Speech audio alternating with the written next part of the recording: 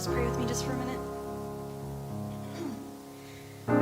Dear Heavenly Father, Lord, I need your strength. And Satan doesn't want this testimony shared today, so I ask that you'll cast him far from here. That you'll knock down his ugly head, that you'll take the pressure that he has put on my chest that makes it hard to breathe, that you'll take that away.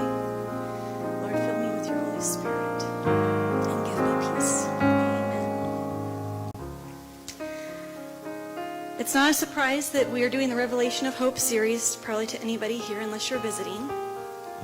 A few months ago, we went out and my husband organized for us to deliver flyers out to the surrounding area around the church. And there was a small group of us that stayed behind back here in the, used to be the pastor's study, and we prayed while everybody was out putting flyers on the door.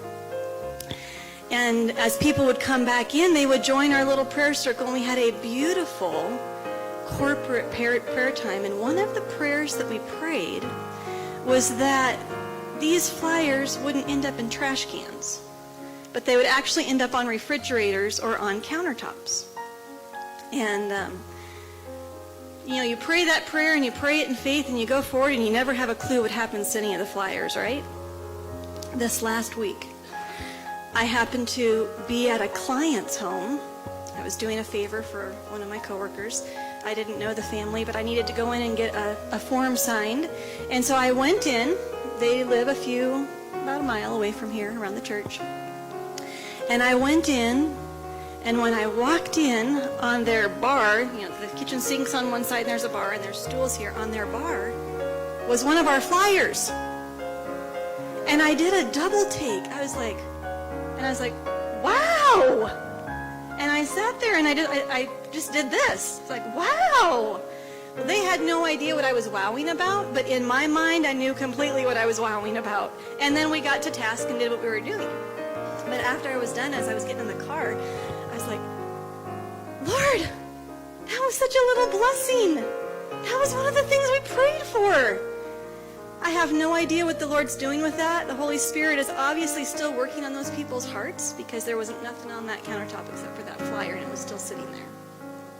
And so I don't know what seeds are planted, but I do know that when people come together and pray, God hears us.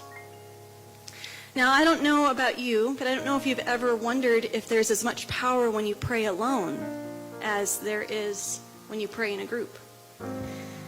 The opening night of the Revelation of Hope meetings, I have a wonderful prayer team. All of them are praying from their homes. So I come back here to the prayer room, and I call my best friend in Alaska and put her on speakerphone, and we pray for the meetings. There's been other people that have joined, but the first night it was just me, and I hadn't called my friend Angie. And I just, had a really beautiful season of prayer, knowing that I have a wonderful team that are praying from home, but I was the only one in the room. Saturday night, which is 2 weeks ago today, I was in there. And I was sitting there, and I thought, I need to figure out how to kind of get inspired to pray. So I was reading through the Psalms, and then a thought came to me, put the Lord's Prayer on, because I love that song. It's just such a beautiful, powerful song. And so I got on my phone, and I found a really beautiful rendition of the Lord's Prayer that I like. And I put that on, and I was just sitting there, sitting with my eyes closed and listening to the words of the music, and just really just feeling like I was worshiping, and I was praying in my mind. And I said, Lord, you've said that where 2 or 3 are gathered together, you're there with them. But what if there's just one? And I have to say, I wasn't necessarily feeling sorry for myself, but I was feeling lonely. But also, I had just a little bit of an attitude. Kind of like, well, so what you going to do with one? Kind of a thing. But this was just in my mind, and I tend to be kind of a little attitudey sometimes with God when I'm praying with Him. And I just finished the song, and I opened my eyes, and I was like, whoa. And there were angels.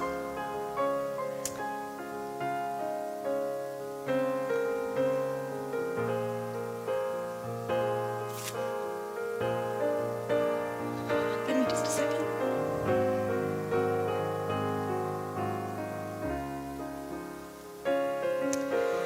there were angels surrounding me.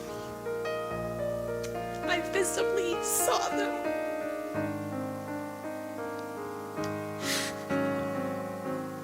I was so overcome.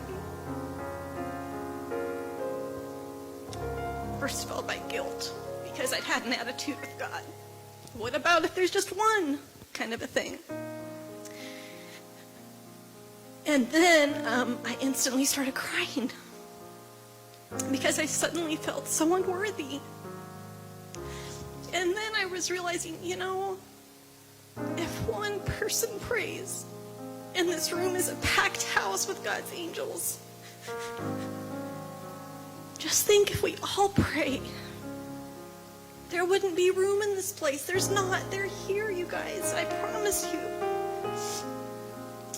Tony and Connie came in about that time as I'm gaining composure of myself. And I just immediately just said, I just saw the angels in here. And they were like, what? What? And so I was just kind of in shock, and we finished our prayer time, and I couldn't wait till Jeff was done preaching, and I immediately came down here to the front, and I'm like, you won't believe it, I saw the angels. He said, what?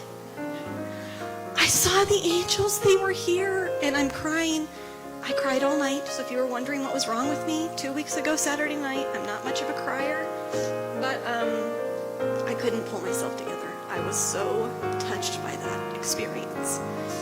It brought such comfort to my heart. Some of you might be saying, well, tell us what they look like.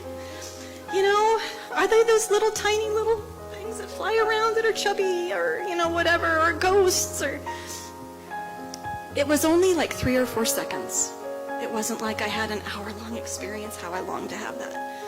But about when I opened my eyes and I saw them, and I went, whoa, they were gone.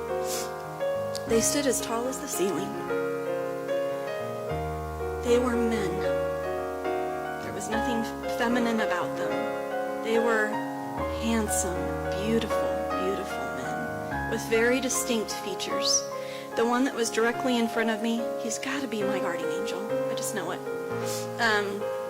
He had black, wavy hair down to his shoulders.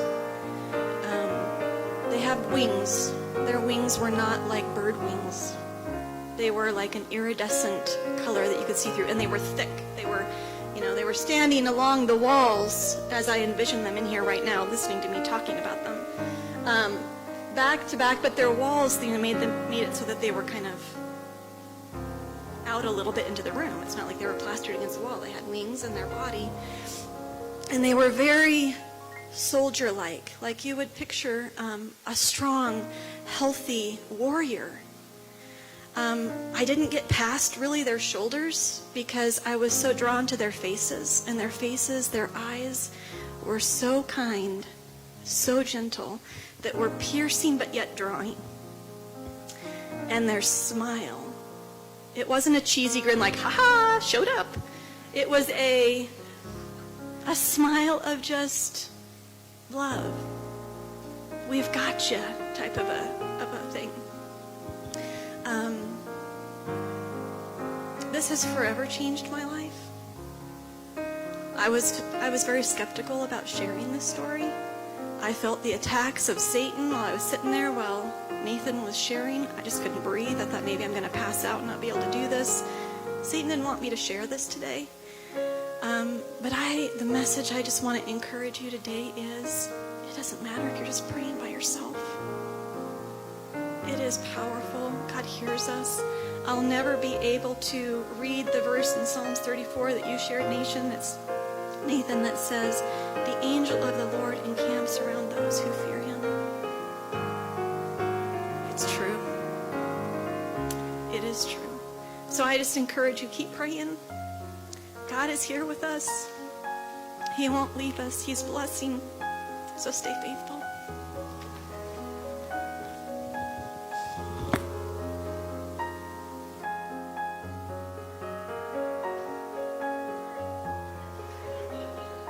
Sorry. This is very awkward. I apologize. I asked John to please play the Lord's Prayer, because that was the song that was playing when all of this happened. And I know that you